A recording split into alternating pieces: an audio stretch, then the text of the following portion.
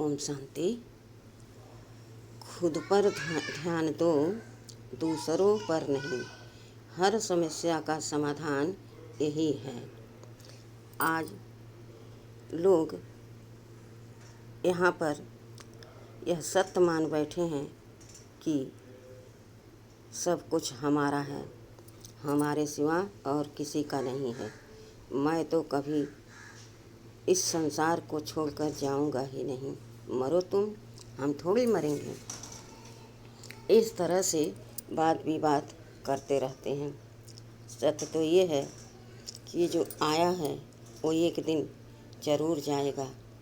अब प्रश्न उठता है कि आखिर कौन आता है और फिर कौन जाता है, और कौन इस संसार को छोड़ता है और मरता है। तो आइए जाने। सत्य तो यही है कि आत्मा सतचित आनंद स्वरूप है, क्योंकि उसका परम पिता परमात्मा सर्वशक्तिमान आनंद के सागर हैं, शांति के सागर हैं, सुख के सागर हैं। तो उनकी संतान भी ऐसी है। अब आत्मा आती है, इस तन को अपना बनाकर इस धरती पर पार्ट बजाती है और वहीं जाती है जहाँ उसका काम होता है, लेन देन होता है। जैसे स्थूल काम करने के लिए लोग जहाँ पर काम होता वहाँ जाते हैं, और जिसके यहाँ काम होता वो उस मजदूर को बुलाते हैं। इसी तरह से हम आत्माएं वहीं जाती हैं जहाँ हमारा लेन देन होता है। तो आत्मा जाती है और फिर आत्मा आती है। मरता कौन है? यह शरीर 5 तत्व से बना और 5 तत्व में ही यही मिल जाता है, वह कहीं नहीं जाता। और आत्मा दूसरा तन ले लेती है। तो यह सोचना रॉन्ग है कि सब कुछ हमारा है, हम ही सबसे बड़े हैं, हमारे सामने कोई नहीं है। ऐसा तो केवल रावण कहता था, और रावण की क्या दुर्दशा हुई, लेकिन उसका अहम मरते दम तक नहीं टूटा। लेकिन परिणाम क्या हुआ? सर्व के सर्व विनाश हो गए। कहा जाता है कि जिस रावण के घर 1 लाख पुत्र 1.25 लाख नाती, उस रावण के घर न दिया न बाती कोई देने वाला रह गया। तो क्या फ़ायदा ऐसे अहंकार से, ऐसे धन संचय करने से, और किसी को धन के अभाव को लेकर के ताने मारने की, क्योंकि सब कुछ तो यहीं छूट जाएगा। ये देह भी यहीं छूट जाती है। तो ये हम कौन करती है? आत्मा। लेकिन आत्मा सतचित आनंद है, प्रेम स्वरूप है, शांत स्वरूप है, शक्ति स्वरूप है। फिर वो ऐसा कैसे करती है? ऐसा हमारे कर्म बंधन बनते जाते हैं, हम उसमें फंसते जाते हैं, और हम हर एक वस्तु व्यक्ति को जिससे लाभ मिलता है उसको अपना समझते हैं। जिस दिन लाभ मिलना बंद हो जाता है, उसी दिन उस व्यक्ति को, वस्तु को ठुकरा दिया जाता है। सत्य तो यही है कि जो इन आँखों से नहीं दिखता वही सत्य है। वो क्या है? जो इस तन से निकल गया और ये इतनी बड़ी शरीर एकदम निस्तेज हो गई। तो कुछ लोग कहते हैं, अरे यह आत्मा परमात्मा, बाप और बच्चे, तेरा बाप मेरा बाप, ऐसे वहाँ ज्ञान सुनाते हैं। ओम शांति में ब्रह्मा कुमारियों में सब बहन भाई बना देते हैं, अनेक अफवाहें फैलाते रहते हैं। लेकिन अगर पवित्रता न हो तो क्या सही बात, सच बात हम किसी के सामने कह पाएंगे? कर पाएंगे? नहीं कह पाएंगे। पवित्रता क्या होती है? सच्चाई, सफाई किसकी? मन और बुद्धि की। जब मन बुद्धि साफ कर्म करेगी, साफ सोचेगी, तो मैं आत्मा बेदाग ही तो रहूँगी। मन बुद्धि मेरे में ही निहित है।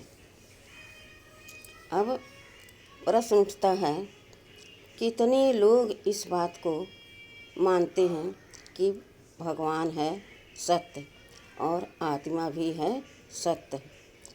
अब अजर अमर अविनाशी यह भी कहते हैं ना, लेकिन मानते नहीं हैं। ऐसे जब कहते हैं अजर अमर अविनाशी तो बहुत अच्छा लगता है, बहुत ऊंची स्थिति उनकी हो जाती है।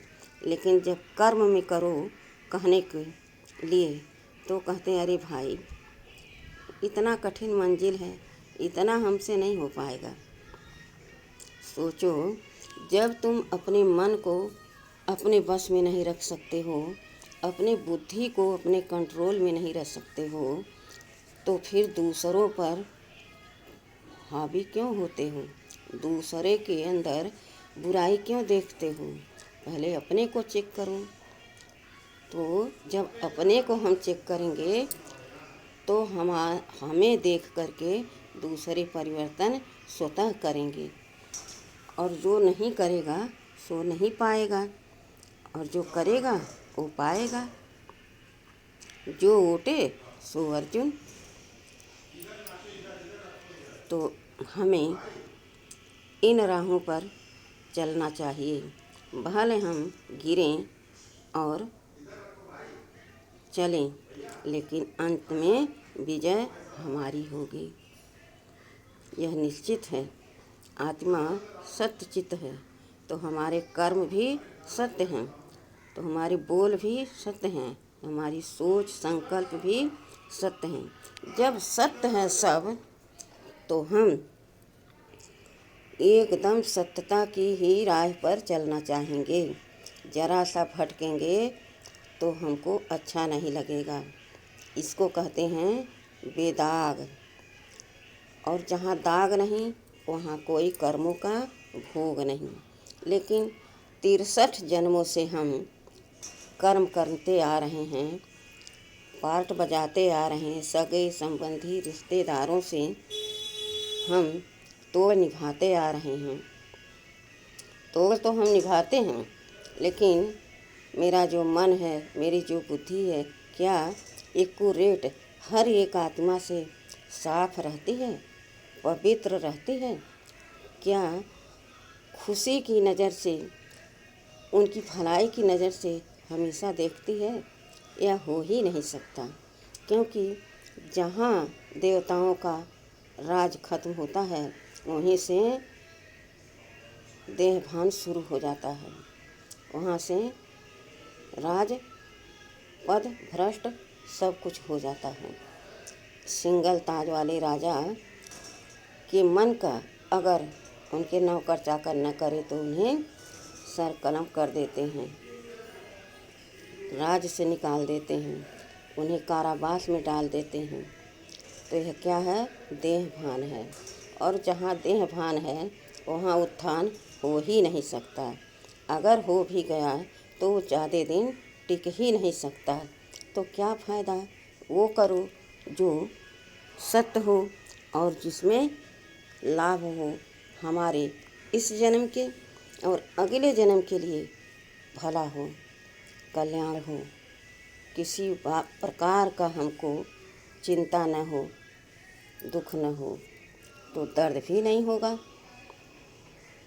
हमें विचार करना चाहिए कि आखिर भगवान आए हुए हैं तो हम क्यों इतना हठ करते हैं कि ये सब ऐसा है वैसा है, कौन कर पाएगा? कोई तो किया होगा, 5000 पहले कोई तो पद पाया होगा, तो इस बस भी पाएंगे। इस संगम युग पर जो जैसा बोएगा वैसा 5000 वर्ष के अवधि में फल खाएगा। इसलिए भूलना नहीं चाहिए। हम आत्मा ही हैं जो सब कुछ कर सकती हैं और सब कुछ करने लायक मुझे शरीर मिलेगा। जब मेरे कर्म ही नहीं सही होंगे, दाग पदाग, तो भला शरीर कैसा मिलेगा।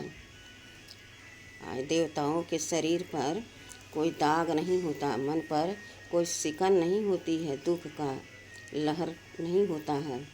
दूसरों को वो सुख देते हैं, चैन देते हैं, हाथों से कुछ देते नहीं हैं, लेकिन उनके मुखड़े देख करके लोगों को शांति मिल जाती है, दया की भीख मिल जाती है। जैसे मानो हम यहाँ पहुँच गए, उनके मुखड़ों को देखे और हम एकदम शांत हो गए। ऐसा फील होता है ना। आप सब तो अनुभवी हैं, सभी मंदिरों में जाते हैं। तो हम जब कर्म अपना सत्य करेंगे तो कितनी खुशी होगी। कोई कुछ भी कहे, मैं क्या हूँ, सत्य हूँ और सत्य ही बोलूँगा, कर्म भी सत्य करूँगा, विचार भी, मेरे संकल्प भी सत्य ही रहेंगे, एकदम स्वच्छ रहेंगे, चाहे कोई हमें कितना भी बहकाए।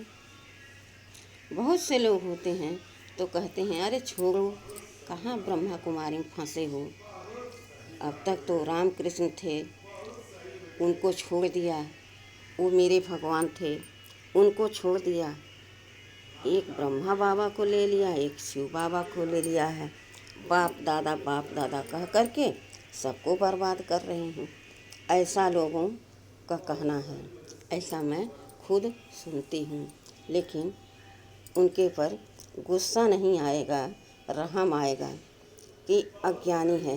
जिस बात को जो समझ जाएगा तो उसको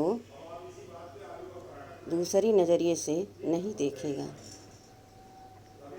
भगवान का कहना है कि बच्चे मीठे बनो, प्यारे बनो सबके, और कर्म भी अपने मीठे करो, प्यारे करो, अर्थात कोई उसमें देह भान का, काम क्रोध का, लोभ मोह का, किसी से ईर्ष्या का बू न उसमें आती हो।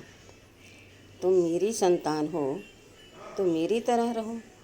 कोई तुम्हें पत्थर मारे तो तुम उसे फूल दो, क्योंकि वो तो अज्ञानी है, तो क्या उठा कर मारेगा, पत्थर ही, क्योंकि 63 जन्मों से वही बोलते वही करते आ रहा है जो उसको इस दुनिया वालों से मिलता है, जो सुनता है वही तो बोलेगा।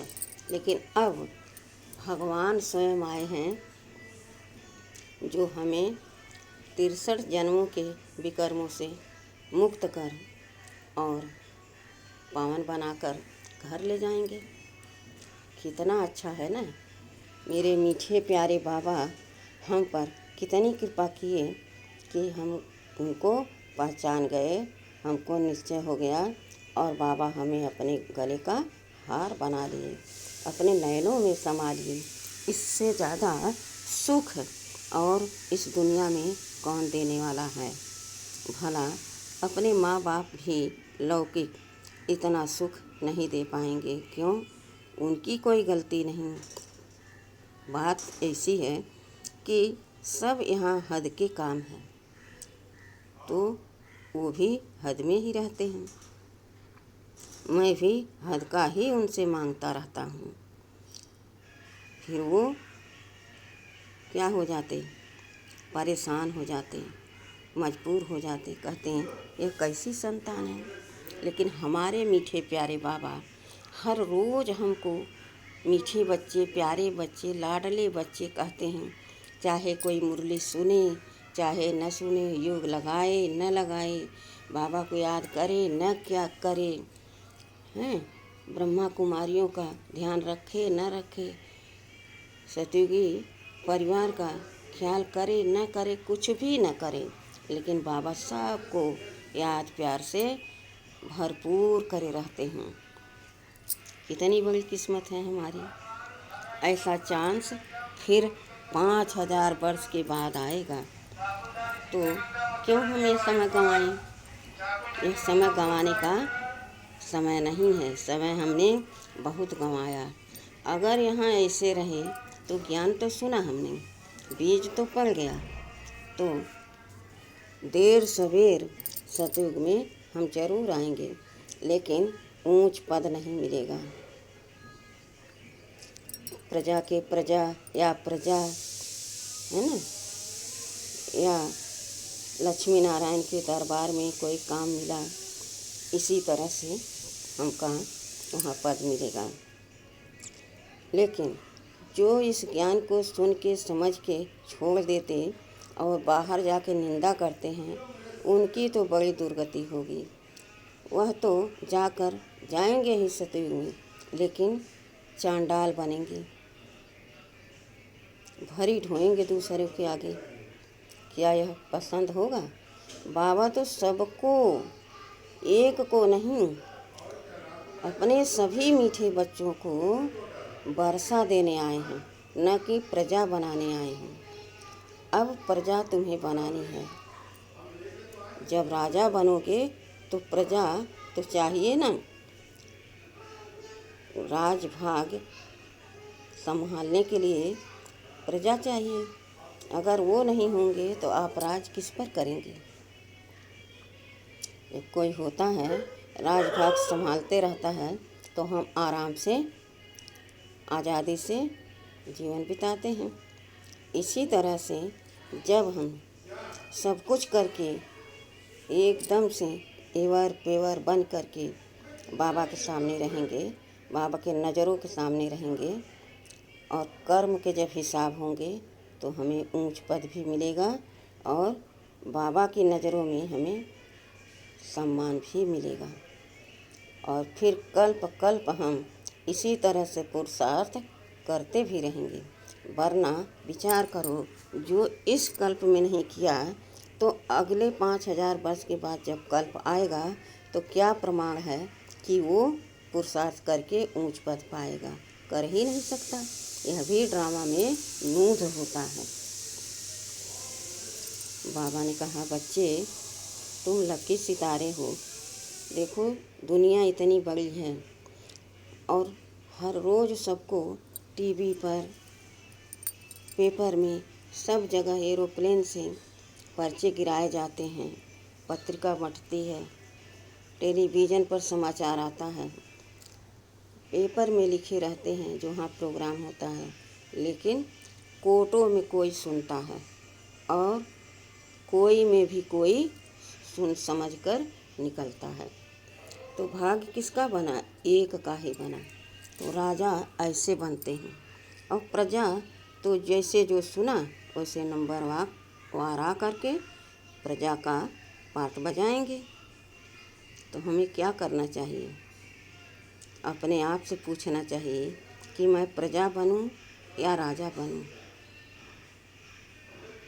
तो आत्मा क्या कहती है?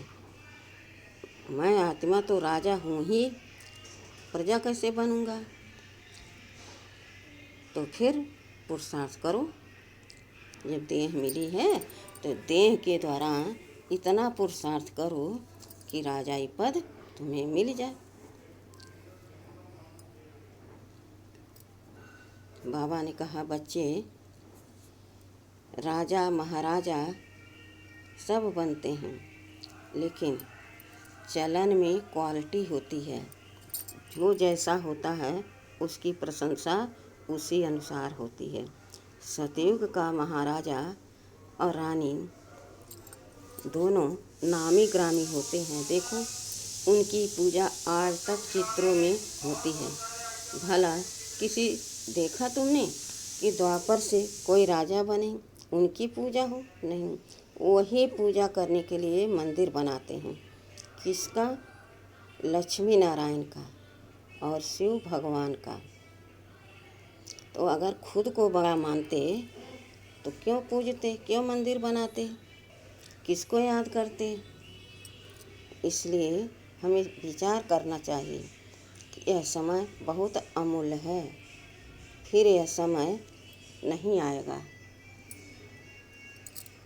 बाबा ने कहा, बच्चे हम कितने भिखारी हैं, तुमसे दान में तुम्हारे 5 विकार मांगते हैं, और तुम हो ऐसे संतान कि मुझे देना ही नहीं चाहते, छोड़ना ही नहीं चाहते हो। और जब मैं कहता हूँ बच्चे मुझे दे दो, मुझे दे दो, तब क्या कहते हो?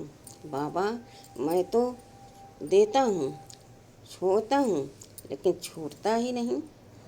तो कौन बांध के रखा है कि जो छूट नहीं रहा है, और कहते हो छूटता ही नहीं? तुम्हारा मन बुद्धि उसी में फंसा हुआ है। बार बार तुम उसी का चिंतन करते हो।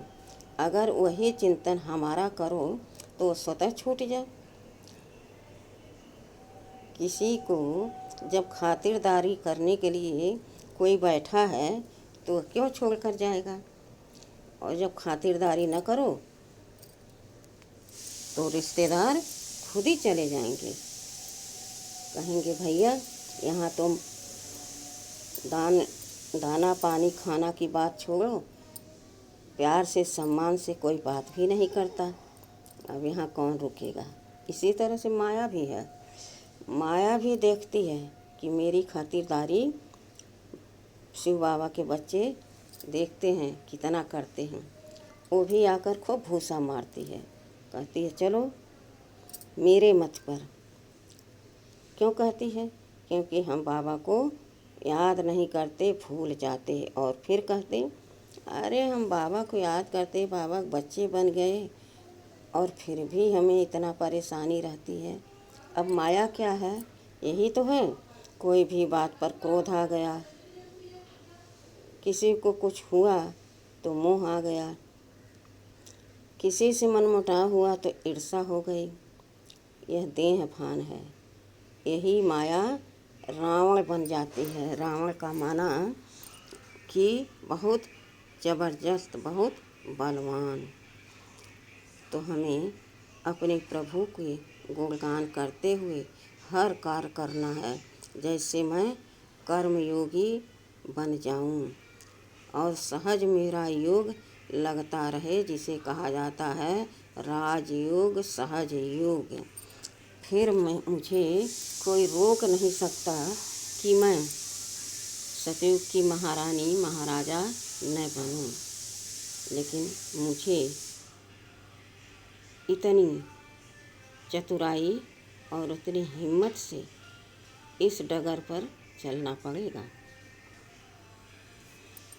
बाबा ने कहा बच्चे देखो, दुनिया वाले इस पर विचार ही नहीं करते कि भगवान आए हुए हैं, और हम तुम बच्चों को कितना कहते हैं। बच्चे हर तरह से सबको समझाओ, सबको बताओ कि भगवान आए हुए हैं।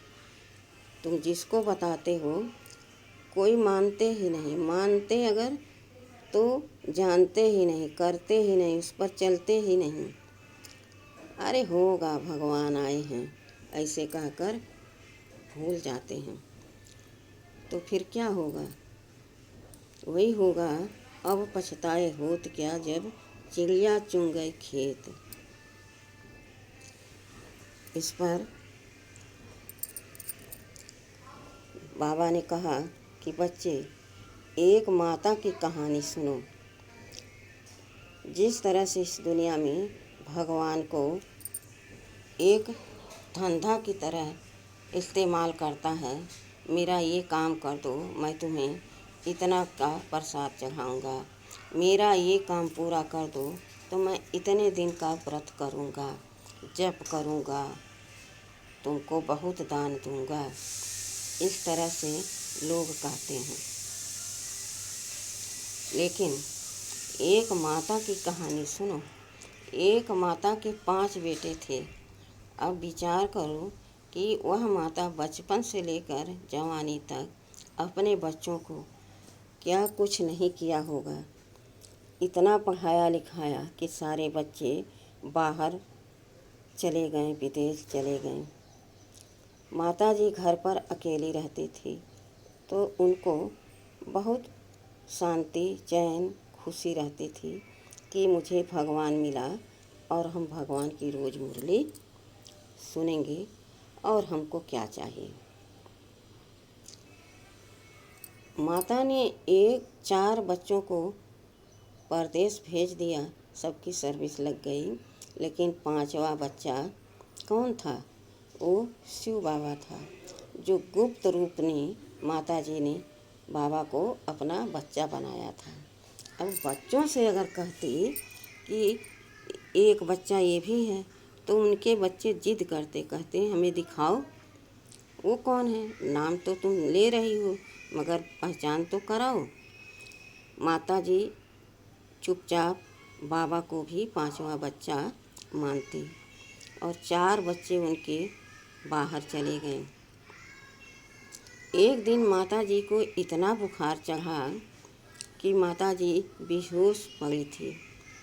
अब उठ कर के पानी कैसे पिएं, बुखार में तप रही थी।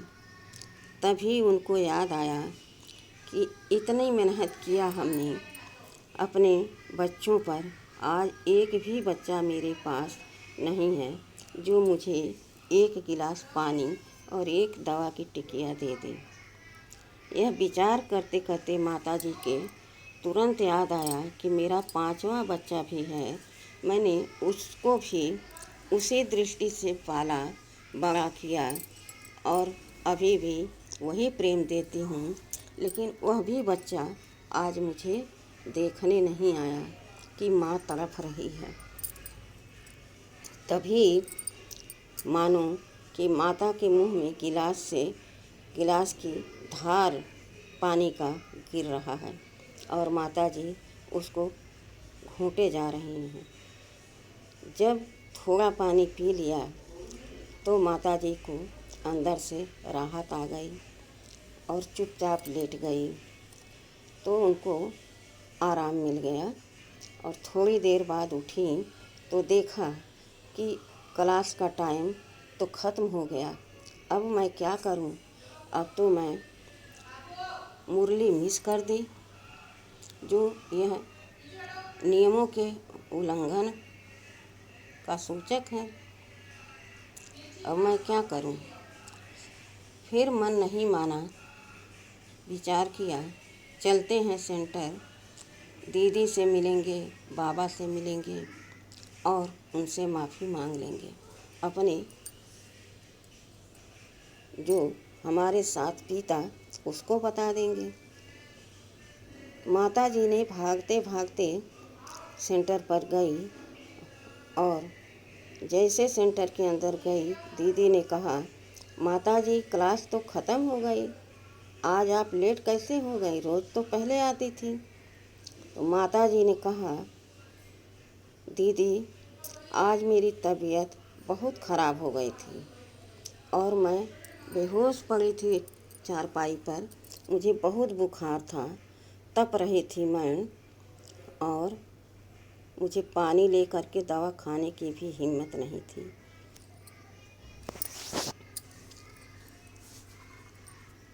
दीदी ने कहा, अच्छा ये बात थी। फिर माताजी ने कहा, दीदी आज एक घटना घटी मेरे साथ। अब दीदी ने कहा, क्या हुआ बताइए माताजी। माताजी ने कहा, दीदी आज जब मैं बेहोश पड़ी थी तो अंदर अंदर विचार कर रही थी कि मैंने अपने चारों बच्चों को कितना प्यार दुलार से पाला, आज कोई मुझे पानी देने वाला 1 गिलास नहीं कि मैं दवा खा लूँ। तभी मुझे याद आया कि मेरा 5वां बच्चा भी मेरे पास नहीं आया। वो तो सब जानता है, लेकिन मेरे पास नहीं आया कि माँ कैसी है। इतना विचार करते मैं तो पड़ी ही थी बेसुध और मैं चुपचाप शांत हो गई। तभी मानो मेरे मुंह में गिलास से कोई पानी का धार गिरा रहा है और मैं उसे पीती जा रही हूँ। जब मैं तृप्त हो गई तो पानी की धार बंद हो गई, आँखें मेरी बंद थी और मैं सो गई। जब मैं थोड़ी देर बाद उठी तो देखा घड़ी में तो मुरली क्लास का टाइम ख़त्म हो गया था। अब मैं फिर से और परेशान होने लगी, आज मेरी मुरली मिस हो गई, यह तो बहुत गलत हुआ। तभी मैं उठ करके आपके पास सेंटर पर आई हूँ। दीदी ने कहा, माता जी, वो है आपका 5वां बेटा था जो आपको बुलाया नहीं, हिलाया नहीं, डुलाया नहीं और पानी पिला दिया और आपको आराम मिल गया, क्योंकि वह तो जादूगर है, उसके पास तो सर्व शक्तियाँ हैं, कुछ भी कर सकता है। तो आपको आराम मिला। अब तो आपको विश्वास हो गया कि मुझे पानी कौन पिलाया, मेरा 5वां बेटा। तो भगवान को ही सब कुछ मान करके चलना चाहिए, क्योंकि भगवान हमारा पिता है और हम उसके बच्चे हैं। अब यह केवल शास्त्र और कहानियों के माध्यम से विचार करना नहीं रुचि है, नहीं चाहिए हमको चाहिए कि सत्य तो वह एनर्जी है जो दिखती नहीं, जो परम है, और हम उसकी संतान तो हम भी नहीं दिखती, लेकिन शरीर में आकर के हम सारे कार्य कराते हैं इन कर्मेंद्रियों से। इस तरह से हमको दीदी ने समझाया। अब यही दर्द की कहानी, जो व्यक्ति सोचता है कि मेरे पास धन बहुत है, मैं बहुत धनी हूँ, मेरे पास तो बच्चे हैं, किसी के पास तो कुछ भी नहीं है, संतान भी नहीं है, वह उनकी सोच बिल्कुल गलत है। भगवान से जो रिश्ता जोड़ो वह जुड़ जाता है, और वह निभाता ऐसा है कि जो यहाँ के दुनिया वाले कभी निभा नहीं सकते। एक कहानी है कि 5 कुएं का पानी एक कुएं में समा जाता है, हलचल ही नहीं होती, लेकिन एक कुएं का पानी 5 कुएं में कभी नहीं समा पाता। क्यों? क्योंकि एक जो था वो सभी को अपने बाहों में समेट लेता था, अपने नज़रों में समा लेता था। इतना बड़ा दिल था कि सब उस दिल रुबा माता के पास आकर के संतुष्टि पाते थे। सबको लगता था कि सब एक समान हैं और एक समान सबको माँ प्यार करती है। लेकिन वो 5 बच्चे जब बड़े हो गए, जब माता की बारी आई कि उसे कोई एक गिलास पानी दे या उसे कोई नहला धुला दे, कुछ भोजन खिला दे, तो 5 बच्चे आपस में कहने लगे, भाई मेरे पास इतना टाइम नहीं कि जो हम माँ को लेकर के बैठें। दूसरे ने कहा, अरे भाई मेरी तो बीवी ही नहीं मानेगी, तो उससे लड़ाई करके अपना घर हमें बर्बाद थोड़ी करना है। चौथे ने कहा, अरे भाई मेरे पास तो इतना स्थूल धन ही नहीं है कि जो मैं अपना खर्चा उठाऊं और माँ का खर्चा उठाऊं। चौथे ने कहा, अरे भाई मेरे शरीर में तो खुद हमेशा दर्द रहता है, मेरी पत्नी बीमार रहती है, तो मैं अब उसको देखूं, खुद को देखूं कि माँ को देखूं। इस तरह से सारे के सारे जवाब दे दिए और सब अपने अपने जगह पर चले गए। ये है एक माता की कहानी। अच्छा, ओम शांति।